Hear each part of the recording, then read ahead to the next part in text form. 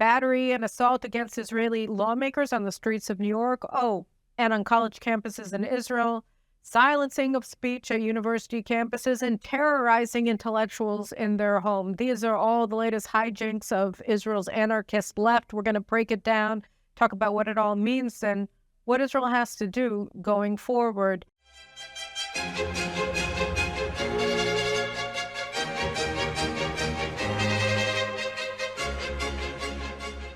To start a discussion today, I want to just take a clip of remarks that Professor Alan Dershowitz gave on Sunday in a debate with member of Knesset Simcha Rothman, the chairman of the Knesset Constitution, Law and Justice Committee, one of the main people who's been shepherding Israel's judicial reform package through the parliamentary process in New York. I think the left, the people today who are generally on my side, not necessarily in all matters, but on my side, who are opposing reform, have been using extortionate tactics which have hurt Israel terribly. I think they should not be trying to endanger the economy. They should not be trying to undercut the high-tech community. They should not be trying to undercut the military. And the reason I stopped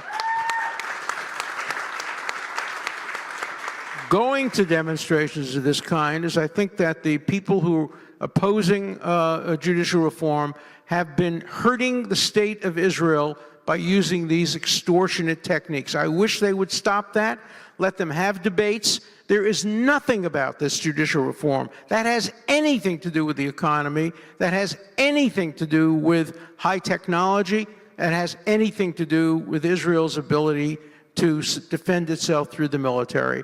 So what is it that Professor Dershowitz is saying here? And you recall Professor Dershowitz was on this show several months ago when the reforms were first put forward. He debated them. He was opposed to them in a debate with Professor Avi Bell. And Simcha Rothman was also subsequently here on this show discussing the reforms and the opposition to them and what they mean for Israel and what the opposition is trying to accomplish. So what is Alan Dershowitz talking about here? He's saying, you know, you're going against Israel's economy, you, the insurrectionists who are going out and saying that the reforms, placing minimal limits on Israel's judiciary is going to turn Israel into a dictatorship or something like that, and that's going to destroy the economy, the high-tech sector, and the military, and you're telling the military personnel, active reservists, not to show up for duty.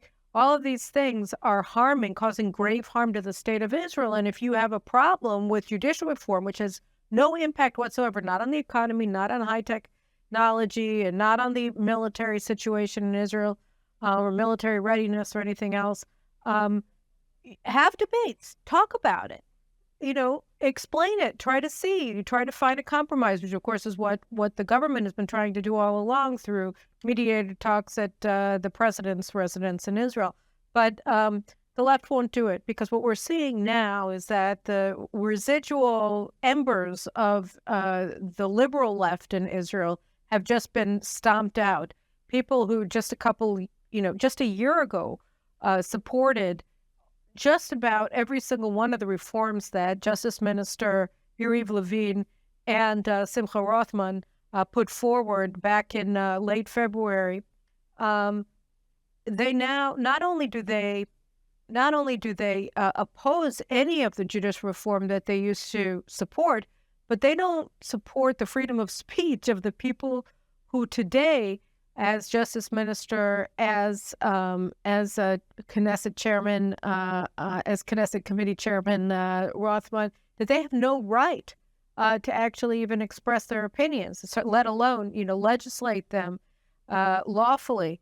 And this is something that's pretty amazing. Daniel Friedman, for instance, former Justice Minister, professor at Tel Aviv University, he wrote a book in 2019, a whole book, where, among other things, he was explaining that the government was wrong, the first Netanyahu government was wrong when they agreed they bowed to the pressure of the legal tyrants in Israel in the Supreme Court and in the Attorney General's office to subordinate the Attorney General effectively to the Supreme Court by allowing the formation of an external committee of experts chaired by a retired Supreme Court justice to vet candidates for the position. Because the minute that you have a committee that's responsible for vetting candidates, sort of a commissariat, then it's obvious that anybody who gets through their filter is somebody that they've approved of. And they're not going to approve of anybody who doesn't meet their specific institutional criterion that they think and look and act like Supreme Court justices. So that was how the Supreme Court and Israel's legal fraternity seized control over the Attorney General's office and of the state prosecution's office. And Daniel Friedman said that this was a completely incorrect move by the government back at the time. They just surrendered. They crumpled under pressure, and that decision has to be revoked, and the Attorney General has to be resubordinated to the elected leadership of Israel. And this whole concept of an appointments committee chaired by a judge to oversee the highest level government lawyers has to be abolished. And so, but that was when, the right sort of people were supposed to be in charge. When the wrong sort of people are in charge, that is, Netanyahu and his cabinet are in charge, and the coalition that controls the Knesset through democratic elections, which we held on November 1st. Well, now he opposes the whole thing. Now he wants to retain the control over the government through the judiciary and the state legal apparatus, because he doesn't want the right wing to actually be able to control anything. He wants them to be disenfranchised, both whether they're voters or if they're policymakers and elected officials. They're not allowed to do anything anymore.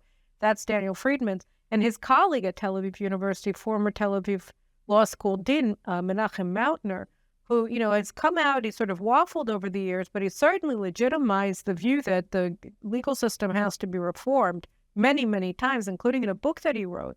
So Simcha Rothman, and this brings us back to Simcha Rothman. So Simcha Rothman, he debated Dershowitz in New York on Sunday, I think it was. And on Friday night, he and his wife were assaulted by these Israeli anarchists who flew to New York in order to harass him. I talked about this last week, that Shikma Bressler, one of the Ehud Barak financed, leaders of the insurrection, she put out this video in English calling for Israelis here in Israel to fly to New York and harass the ministers who were going to the Support Israel parade down Fifth Avenue on Sunday, and to heckle them at the various conferences and synagogues that they were scheduled to speak at.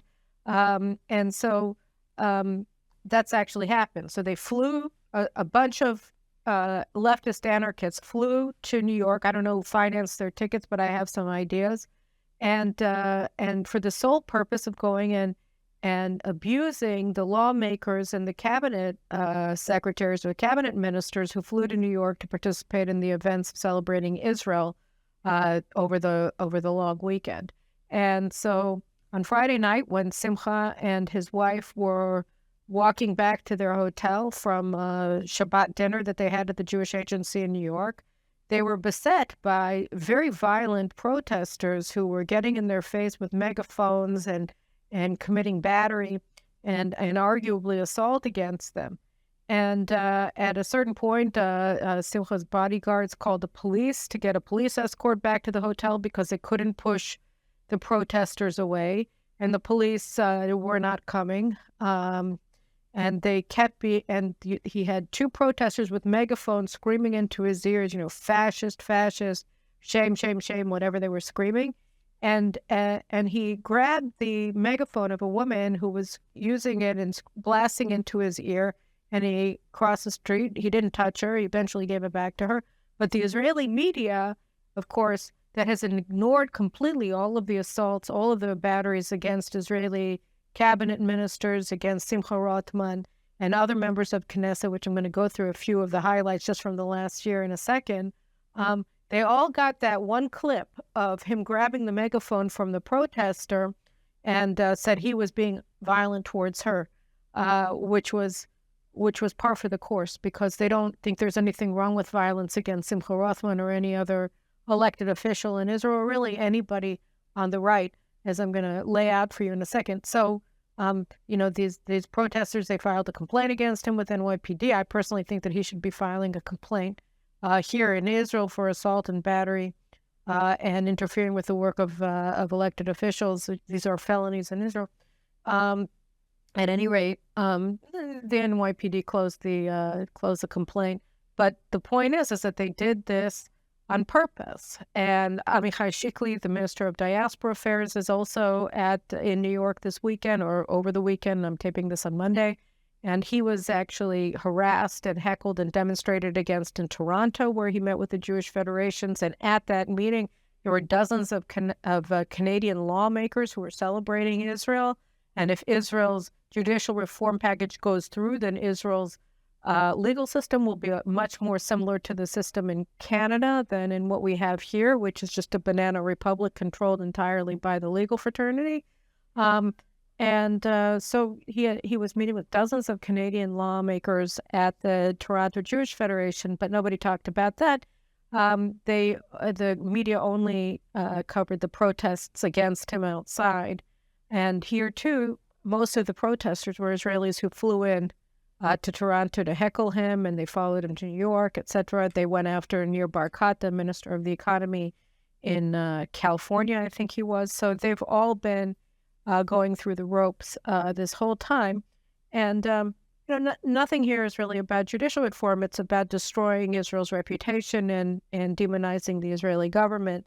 And then here in Israel, before Simcha went to New York, he was invited to speak at sort of a debate on the judicial reform at Tel Aviv University last week, and he was assaulted. He had to be ringed by a battery, really, of security guards, and he couldn't move anywhere without them because you had these violent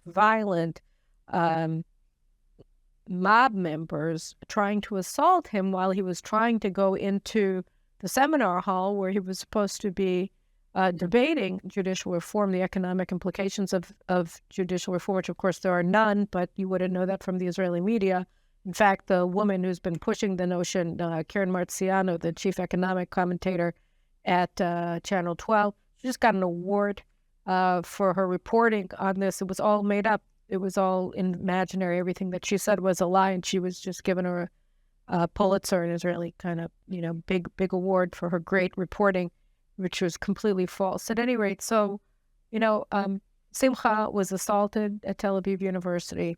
He gets into the lecture hall, and the leftists inside of the hall blocked him from speaking, wouldn't allow him to speak, and then they vandalized his car.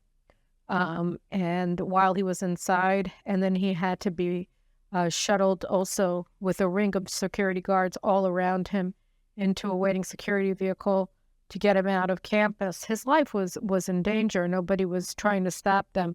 And the same thing happened the next day to Environmental Protection Minister Idit Silman at University of Haifa.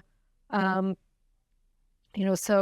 Nir Barkat has been assaulted 3 times. In Israel since it began. Avi Dichter was attacked with a stick. He got hit on the head with a big rod by somebody when he was walking into an event at a kibbutz a few weeks ago. And on Friday night, you had these anarchists outside of the Prime Minister's private residence in Caesarea, where he and his wife were spending Shabbat, and when the police tried to disperse the crowd that was rioting for a long time on Friday night with megaphones and drums and whistles and all of the rest of it, they put 1 or 2 of them into the hospital, and then rather than talk about what these people had been doing and the kind of harassment that they're carrying out against the Prime Minister and his neighbors, everything was saying how it was terrible police brutality. And I'll just give you one last thing. It's not only elected officials on the streets in New York. Army radio and Channel 14 anchor, Amir Ivgi, was assaulted by protesters who came from Israel when he was also coming out of a synagogue on Friday night. He's a reporter. I mean, he's not even an opinion journalist. He's not political. He's just a straight news guy, and he was attacked because he's not opposed to the government. And here in Israel, last Thursday morning at 6 o'clock in the morning, at 6:30 in the morning, 100 anarchists, like this mob, descended on the quiet street of Moshe Capel, the president of the Kohelet Forum, again, with their megaphones and their whistles and their drums and their angry banners. And Moshe Capel, what is his crime? Well, he's the head of a think tank that has thought incorrect thoughts and even written them. The Kohelet Forum wrote a couple of position papers on judicial reform that they gave to Justice Minister Levine and to Simcha Rothman. And in that way, they helped them put together their package of judicial reform. And for that, Kohelet Forum has been subjected to criminal abuse by leftist protesters since March. Back in March, you had a group of elitist, very old former IDF fighters who barricaded Kohelet's offices in Jerusalem with garbage, blocked them from coming out. And then when Mayor Rubin, the CEO, came downstairs to try to talk to them, thinking, Dershowitz style, that we could have a debate, they started stuffing fake dollar bills into his clothes. They came back several weeks later under a ruse. They pretended that they were a flower delivery, and these anarchist women came in and started screaming with megaphones at the workers inside of the Kohelet Forum and telling them that they were agents of evil, and assaulting them inside of the offices. So this has been going on all the time. Members of Knesset, members of the coalition, and members of the government are harassed 24/7. And, just to get a sense of what's going on, the police are not enforcing the law against them. Nobody's being arrested. And police also are being assaulted, and there are almost no arrests and no indictments. So just to give you a sense of how incredible the lack of enforcement has been against these rioters, in 2005, there were large-scale national demonstrations against the expulsion of all the Jews from Gaza and northern Samaria. And during the course of the months-long protests leading up to the expulsions of all the Jews and the IDF withdrawal from Gaza in 2005, the Israeli police arrested 6,000 protesters, and they indicted 700 of them. Since the left began its riots against the government and against intellectuals, there have been a total of 96 arrests and no indictments. So there's no law enforcement here. They can block Ayalon Highway and Tel Aviv any old time they want. They can assault ministers in the government any old time they want. And that's what we're facing. And so how do I characterize this? I think what we're seeing is basically two things. First is that the left in Israel has just abandoned the democratic game, but completely. Like, they're done. They don't care anymore. They're not going to get it anymore. They're not going to win. They don't care. And so, now they just want to beat everybody down. They just want everybody to be silenced. If you don't agree with the way that they do things, you be quiet, or we're going to picket your house. We're going to terrorize you. We're going to beat you physically, or we're going to browbeat you into being quiet. They like to compare the demonstrations outside of the homes of members of Knesset or Moshe Capel or what have you to demonstrations that right-wing protesters had during the lifespan of the Bennett-Lapid government outside the homes of ostensibly right-wing lawmakers who were in Naftali Bennett's party, who had betrayed their voters and joined this very, very far left-wing government and ousted the right from power. And there's a big difference. First of all, the people who were outside of Edith Silman's house and outside of what's his name, Nir Orbach's house from Bennett's party, they were not so loud. But aside from that, they were going to people who they had voted for and said, "You can't betray us. Come back home. Come back to your side. You came from us. We trusted you to represent us, and here you've betrayed everything that you promised, and please walk away from this government and represent the people that you were elected to represent. And here what they're saying is, we know that you were elected specifically on this platform, and we don't care. We don't think you have a right. Only we have a right to enact our platform. You do not, and you can enact our platform. If you want to enact your platform, then we're going to terrify and intimidate and beat you. And we're going to practice lawfare against you. And we're going to silence you. So, that's one thing. They've checked out of the whole democratic game. And we see this with the media. So almost, there are two in Hebrew right-wing media outlets, Galei Israel Radio and Channel 14, that are not on, that are supporting the Prime Minister and the Netanyahu government's plans for judicial reform. And every single other media outlet in Israel is either saying nothing because they're terrified, or they're with the left opposing judicial reform. And so not only are, is that bad enough? It's also that the media, together with the left, is now trying to shut down Channel 14. They just started a class action suit against them. Every single report that Channel 14 does that in any way is biting in its criticism of the left or the progressive agenda is immediately used as a basis to shut it down, to revoke its broadcast license. That's what they're trying to do, and I think that they're working off of the Newsmax model, but just more violent. So they want to shut that down, practicing lawfare against the right, practicing lawfare through the Attorney General against the government. And that's the other thing, is that we haven't seen the worst of it yet, right? Because the Supreme Court has already pledged to the death battle against this government and any reform package. We haven't even gotten to the point where the Supreme Court feels compelled to get involved, but they've already put their cards on the table. They're going to go to full-on insurrection at any effort, at any move by the government to constrain their power in any way. And, when we look at all of this and what's happening, we have to realize that this isn't about at all judicial reform. We all have friends, we all, meaning all of us on the Israeli right, have friends who, particularly abroad, think, this is all just about judicial reform. This was a spontaneous outpouring of concern that, you're going to get these far right or ultra-Orthodox Jews lording over all of the poor seculars and taking away their rights. And there was never any truth to these claims. It was all propaganda. But aside from that, there was this very innocent concept that this was really about judicial reform. But as I wrote in JNS last week, recent revelations over the past week have just reinforced what we already knew, which was that this was all very preconceived. As I wrote last week, Eldad Yaniv, who is sort of a leftist turncoat who decided that this is ridiculous, this whole anti-government protest, because the right won fair and square.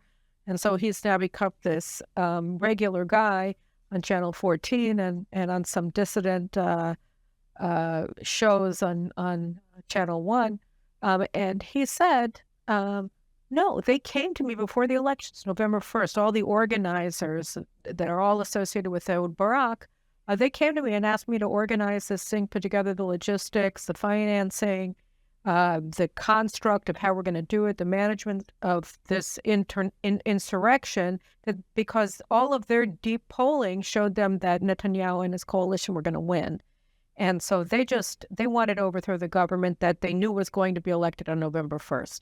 And last week, Gilad Sher, who was Barak's chief of staff when he was prime minister, said in a podcast that he and the director general of the Prime Minister's Bureau when Barak was prime minister, Yossi Kuchik, planned this whole thing in Kuchik's office with former IDF chief of general staff Dan Chalutz and with Orni Petrushka, who's a high-tech billionaire, back in December. So this was weeks and weeks before Yariv Levin was even appointed justice minister, much less introduced his plans for judicial reform. This has nothing to do with the judicial reform. It's all about keeping and maintaining power, seizing power back after the people have spoken and rejecting the people's wishes. So this has nothing to do with judicial reform. It's all about power. It's all about denying power to the other guys. And they're using the rhetoric of the progressive left in the United States. They're saying that democratic instruments of power are actually the instruments of dictatorship. The Knesset, which is the popularly elected people's house in Israel, it's the sovereign according to the law is written in Israel, and the government is the executive arm of that parliament in our parliamentary system, that is a dictatorial institution. And on the other hand, the very progressive, radical, completely politicized and self-appointed Supreme Court, that's democracy. So our non-democratic institutions are democracy, our democratically elected institutions are dictatorships. And, and so they're turning our vocabulary, our language against us, and they're embracing far-left dogma in order to demonize and delegitimize the government, its intellectual supporters, its voters, which are the majority of Israelis, in furtherance of their power. And they need to disenfranchise the people. They need to terrify our representatives in order to paralyze the government and force it to adopt the policies that it was elected to cast aside in favor of the policies that the government is enacting. We've never experienced something this in your face, violent, hateful, incendiary in Israeli history. We've never seen people openly state that they reject the legitimacy of the people's choice in Israel, and they think that they have every right, as true Democrats, as the enlightened people of Israel, to set aside the decision of the voters violently, if necessary, and they're certainly using violence in the streets of Israel, and now even they exported it to America. So, my view of this, and I wrote it, and of course the left attacked me for it because they attack me for everything that I say on Twitter or anywhere else. But when they're